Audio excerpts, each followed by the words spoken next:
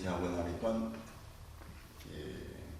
목회 생활에 교회가 모든 문제가 일어나는 데에 그 중심을 보면 욕심 때문에 모든 문제가 일어난다. 은퇴 후 한 10년 지나고 나서 더 깨닫게 돼요. 이 욕심 가운데 가장 더 들어가면 돈이죠.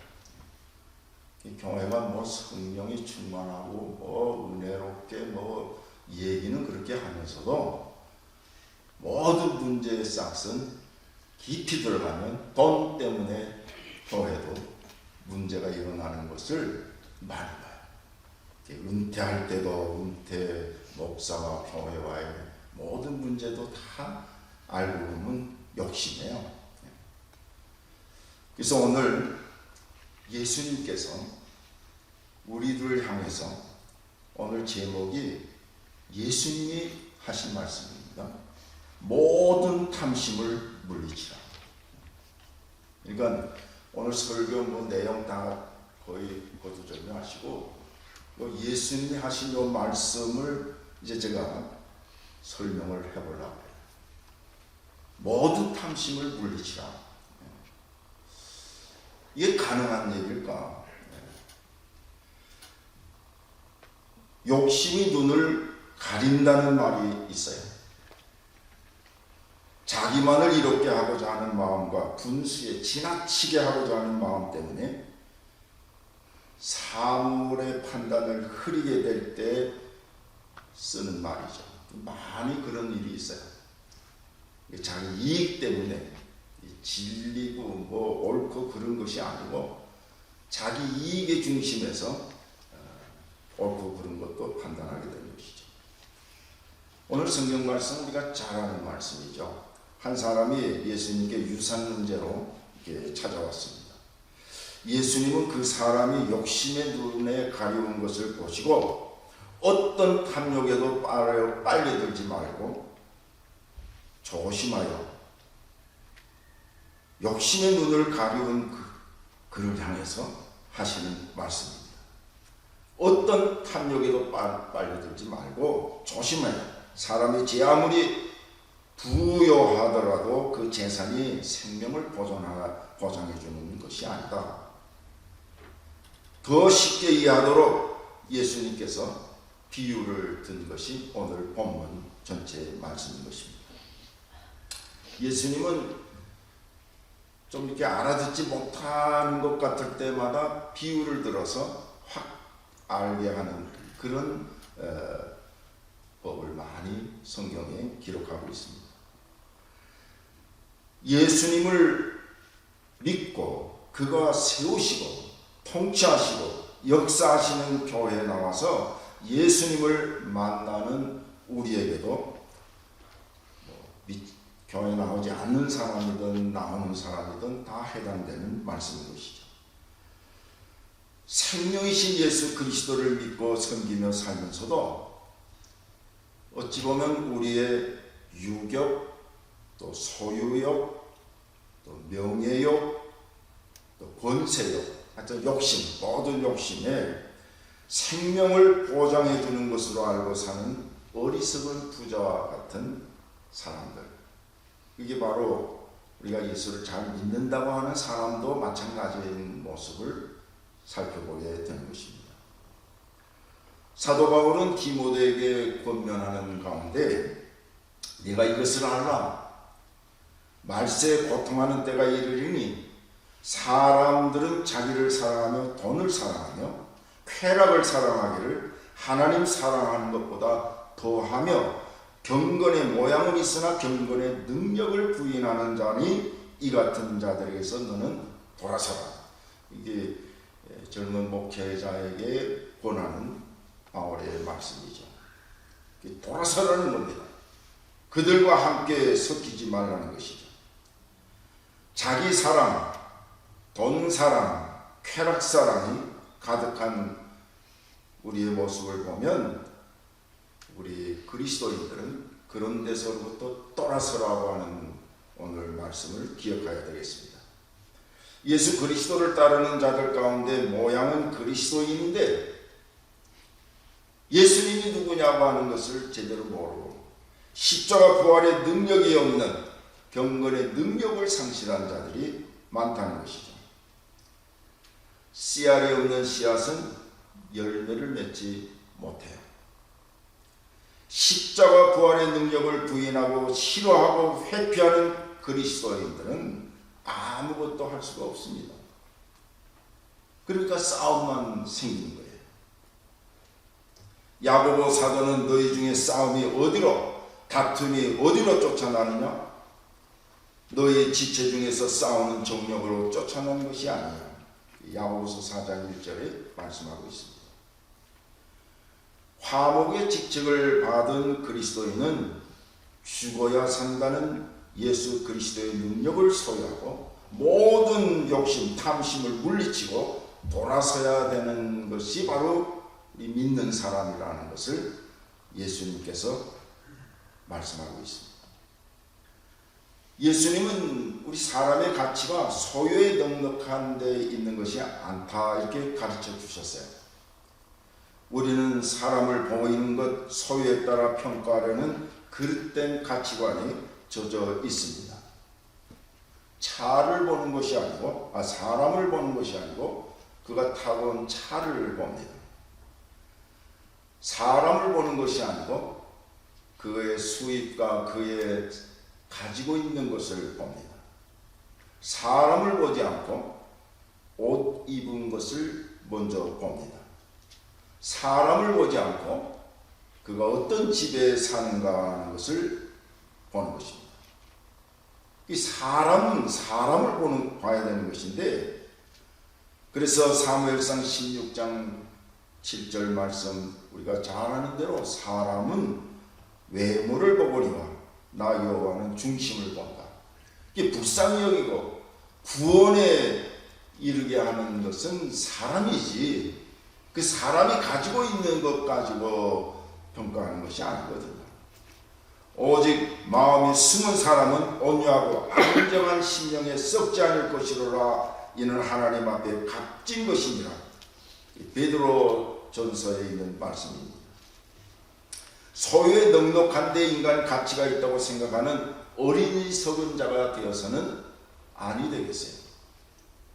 마음에 숨은 사람의 가치를 귀하게 여기며 생명의 근원이신 하나님을 예수 그리스도 안에서 발견하며 사는 지혜로운 자가 되어야 되겠습니다. 여러분, 보석이 있는데 헝겊으로 포장한 보석이 볼품이 없다고 해서 그 안에 있는 보석도 볼품 없는 것은 아닙니다. 비단천으로 앞만 좋은 것으로 포장해도 그 안에 있는 돌이 같이 좋은 것은 아니죠. 돌은 돌입니다. 포장이 볼품이 있다 해도 돌은 돌이에요. 질긋과 같은 우리들이지만, 보기에 형편없는 우리들이지만 내 안에 보배이신 생명의 예수 그리스도가 담겨있는 내 자신이라면 모습으로 보는 것이 아니죠. 내 안에 있는 보배, 그것은 보배입니다. 그러니까 예배당에 와서도 우리는 한 사람을 볼 때 그에 담겨져 있는 보배를 보고 교제하는 것입니다. 외모를 보고 하는 것은 아니죠. 예수님은 평안과 행복이 소유에 넉넉한 데 있지 않음을 계속 가르쳐 주시는데 우리는 그건 그거고 예수님은 현실을 잘 모르는 분 같다 그러면서 자기 정당화를 하고 사는 것입니다. 영혼아 열에 쓸 물건을 많이 쌓아두었으니 평안히 쉬고 먹고 마시고 즐거워하자. 이게 이제 예수님의 그 비유에 나오는 것입니다. 우리를 속이는 달콤한 말들이 많아요. 위장된 평안, 환상적인 행복, 우리는 속으면 안 돼요. 돈과 정력의 낭비에서 평안과 행복을 찾으려는 사람들의 결과는 인간 모습을 상실한 것입니다. 사람은 편하고 즐기는 것을 좋아하죠. 편한 것, 그거 위해서 우리는 많은 돈을 쓰는 경우들이 많아요. 내 손이 한번 가서 해결하면 될 것도 손 가지 않고 하기 위해서 돈을 더 주고라도 편안한 것을 찾는 것이죠. 좀 더 편하게, 좀 더 빨리, 좀 더 많이, 좀 더 크게, 이것이 현대인들이 가지고 있는 구호라고 볼 수가 있어요. 이 빨리빨리, 이 세계 공통어 중에 하나더라고요. 하나, 둘, 셋도 그렇대요. 전 세계 방방곡곡에 우리 한국인들이 가서 사진 찍을 때마다 하나, 둘, 셋, 빨리빨리. 이게 전 세계 사람들이 다 알아듣는 세계 언어가 되었어요. 오늘 우리들이 그러한 대로 치달아서 우리 대한민국, 한국도 정말 역사를 보면 전 세계 나라의 역사에 전무후무한 기적과 같은 역사입니다. 70년 전에 폐허가 됐던 우리 대한민국 다 아시잖아요. 근데 지금 유럽 사람이나 미국 사람도 한국 갔다 오면 깜짝 놀래요. 그 아파트먼트에 해놓은 시설, 미국 사람들은 경험도 못한 생활을 한국에서는 지금 막 하고 있어요. 치닫고 있어요. 새로 아파트 만들면 그 새로운 첨단 기술을 다 해서 냉장고도 4개씩 다 이렇게 갖다 놓고. 언제 그런 나라가 됐느냐? 참 빨리, 좀 더 편하게 추구하는 삶을 살았지만 우리가 잘 생각해야 될 것은 언젠가는 그 목표를 향한 우리 대한민국이 진정 찾아야 할 것을 찾지 못할 때 오는 어려움이 있지 않겠는가. 사람은 굉장히 간사해요. 저도 그래요. 편한 게 더 좋죠. 서서 하다 앉아 하면 더 편하고, 앉아 하다가 누워서 하면 더 편해요. 전자제품 자동차 살 때도 사용 용도나 목적보다도 모양과 옵션에 치중하는 경우들이 상당히 많죠. 편하기 위해서 돈을 더 쓰는 것입니다. 위장된 평안과 환상적인 행복에 젖어든 우리의 정신이 언젠가는 그것이 행복을 주는 것은 아니라고 하는 사실을 알아야 할 것입니다. 돈이 우리를 더 편안하게, 더 행복하게, 더 안전하게 해준다는 정신에 빠져들면 위험한 것을 예수님은 벌써 아시고 이런 모든 탐심으로부터 돌아서 물리쳐라. 이 말은요, 돌아선 다음에 다시 쳐다보지 말라는 말이고, 물리치라는 말은 한번 던져버리면 다시 가지지 말라 그 말이거든요. 이 정신 속에 후덕되는 오늘 우리를 향해서 정신 차리고 돌아서라. 예수님은 항상 하는 말씀이 때가 찼다, 돌아오라는 겁니다. 그럼 우리가 세상에 살다가도 예수님의 몸된 교회에 와서 하나님의 말씀을 듣고는 돌아와야 되는데 돌아오질 않습니다. 그래서 어떤 때는 제가 이제 은퇴하고 설교하는 것도 정말 하기 싫을 때가 있어요. 왜 그러냐? 한번 설교하면 뭐합니까? 제가 그 경험을 했거든요. 30년 전에 같이 교회 생활하던 사람이 30년 후 제가 은퇴할 때까지 변화되어 새 사람 되는 것은 나부터도 잘 안 되고 모든 교인들도 잘 안 되더라고요. 30년 전에 못되게 놀던 사람 나 은퇴할 때도 먹되게 놀더라고요. 돌아서질 않아요. 그럼 이거 어떻게 하는 거냐? 하나님이 하시는 방법. 하나님밖에는 하실 분이 없어요. 이 잘못된 이 생명관, 잘못된 인간 가치관, 잘못된 행복관을 가져가게 하는 이 탐심, 욕심을 버리라고 예수님이 말씀하시는데, 그 방법은 오직 하나입니다. 우리 기독교의 보루는 십자가 부활입니다. 죽으면 사는 거예요. 내 의지, 내 결단으로 버렸다고 된 게 아닙니다. 예수님과 함께 죽어야 돼요. 그리고 예수님과 함께 새 사람이 되지 아니하고는 성령의 도움이 없이는 내 힘으로 되는 것이 아닌 것을 말씀해 주는 것이죠. 예수 그리스도와 함께 죽었다가 다시 사신 예수 그리스도와 함께 사는 것, 이게 매일매일 반복되는 것이 우리 예수 믿는 사람의 삶의 방법입니다. 십자가 부활의 능력만이 우리를 변하여 새 사람 되게 합니다. 탐심에 가득하여 속아 사는 우리의 생명을 보장해 주시고 참된 평안과 행복을 주시는 예수 그리스도와 함께 우리는 날마다 죽고 날마다 살아야 되는 것이죠. 이게 바로 우리 예수 믿는 사람의 가장 중요한 핵심, 능력.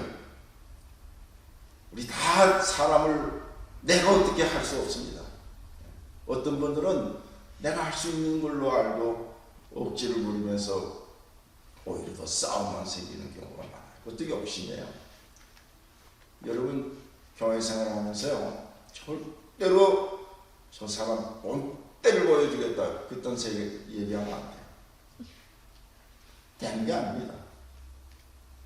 나부터 십자가와 함께 죽으면 다시 사는데, 그 산 예수 그리스도와 함께 사는 모습을 보여주면 그때 서서히 변화하여 새 사람이 되고 탐심, 모든 탐심을 물리쳐라. 오늘 요절과 같은, 구절과 같은 이 말씀을 꼭 기억하면서 우리가 사는 동안 이제 뭐 우리가 얼마나 사느냐고 하는 데에 대해서 모르는 것이죠. 그래도 사는 동안 오늘 이 말씀을 기억하고 진짜 행복하고 진짜 참된 가치의 삶이 어디에 있는가 하는 것을 기억하시고 예수와 함께 기쁘고 즐겁고 감격이 넘치는 베이커 형제교회 모든 성도 되시기를 간절히 바랍니다. 기도합시다. 하나님, 오늘